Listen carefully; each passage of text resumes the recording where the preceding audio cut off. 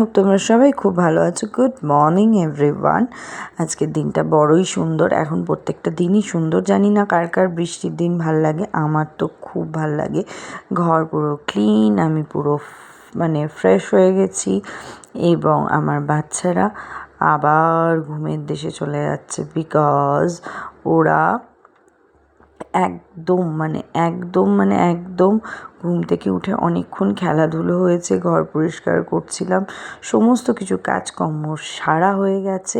আর ওরা ওদের মতন প্রচণ্ড এনজয় করে নিয়ে ছাদে খেলে টেলে নিয়ে এবার ওরা রেস্ট নেবে আর আমি রান্না করব। আজকে সেরকম কিচ্ছু রান্না নয়, পাবদা মাছ করব পাতলা করে, কালো জিরে কাঁচা লঙ্কা দিয়ে যেমন করে না এর মধ্যে আমি সবজিও দিই, বিকজ আমার মনে হয় সব কিছুর মধ্যে একটু সবজি দিয়ে দিলে পেটের মধ্যে সবজি যাবে। আর মেন আমার কচু খেতে ভাই কি ভালো লাগে। আমাকে এরকম অনেক মানুষ আছে যারা আমাকে বলে কি ওই সুরে চেনে কচু প্রবাদটা কি ছিল একটু বলো তো, মনে করে, আমার মনে নেই। যাই হোক, তোমাদের মনে থাকলে কমেন্টে বলে দিও। আর এই যে কচু আলু বেগুন দিয়ে কালো জিরে কাঁচা লঙ্কা দিয়ে করেছিলাম, খেতে কিন্তু সেই ফাটানো হয়েছে। মাঝে মাঝে আমি জানি আমি ভিডিও দিতে ভুলে যাই, কিন্তু বিশ্বাস করো ভিডিও বানাই, কিন্তু পোস্ট করে এডিট করার ওই সময়টাই পাই না জানো। তোমাদের সাথে কথা বলতে, তোমাদের সাথে লাইভে এসে আড্ডা মারতে খুব ইচ্ছে করে, কিন্তু বিশ্বাস করো শান্তভাবে যে এক জায়গায় বসবো না, সেটা আর হয় না। ছোটো মেয়েটা এসেছে সেই জন্য। আর এই মাছটা দেখছো একটুখানি খাওয়া, ওটা আমিই খেয়ে ফেলেছিলাম। আমার যে মাছ ভাজতে ভাজতে মাছ খেতে কী ভালো লাগে।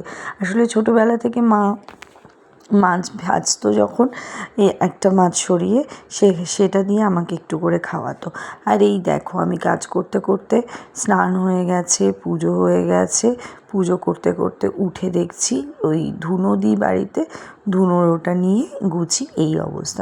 আমি একটুখানি বসার সুযোগ পেয়েছিলাম, আমি স্নান করে উঠে পুজো টুজো করে নিয়ে একটু বসি, সেই বসার সুযোগটা নেই। মারবো না তো কী করবো বলো তো, মুখটা কি করেছে তোমরা শুধু দেখো, একটু শান্তি। তোমাদের বললাম না যে আমি লাইভ করব ভাবলেও আমার হয় না, এই দুষ্টু মেয়েটার জন্য। এই মেয়েটা এত দুষ্টু, কান মোলা খেয়েছে, দেখো শুধু আমি আজকে কি দিয়েছি ওকে মার। আরে যেটাই করব, আর ওর কিছুদিন আগে নিউমোনিয়া হয়েছিল, ওর সপ্তাহে একদিন করে ঠিক আছে স্নান করানো, বাট একদিন কি দুদিন পরেই যদি কেউ এরকম করে হয়। আর ধুনোর ওই কালো এটা বলো তো পরিষ্কার হয়? যতই পরিষ্কার করার চেষ্টা করছি হচ্ছে না, সেই রয়ে গেছে। নিজে আজকাল বুঝতে পারে দুষ্টুমি করলে, কিন্তু যতই বলো, আমি লুকিয়ে দিয়েছিলাম, তুলে রেখে দিয়েছিলাম। ও একটা কখন চুরি করে ওর গোপন কোন স্থানে রেখেছিল সেটাই আমি দেখতে পাইনি। আমার গুচিকে নিয়ে তোমাদের বলে বোঝাতে পারবো না আমি কী যে জ্বালাতন সহ্য করি। রোজ কমপ্লেনের ডাব্বা নিয়ে থাকি, বাথরুমে নিয়ে গেছি আর ওই বেসিনের মধ্যে বসিয়েই ওকে পরিষ্কার করি। এই যে পরিষ্কার করে নিয়ে চলে এসেছি, নাই করাতে হলো, দাদা দেখছিল, তারপরে হেভি খেলাধুলো ছোটাছুটি, দেখো কি সুন্দর লাগছে। আর ও তো সাদা, ও একটু নোংরা হলেই না বোঝা যায় জানো তো, আমার এটাই বিরক্ত লাগে। তো যাই হোক, আমার আর বিশ্রাম তো নেই কপালে, কি করা যাবে।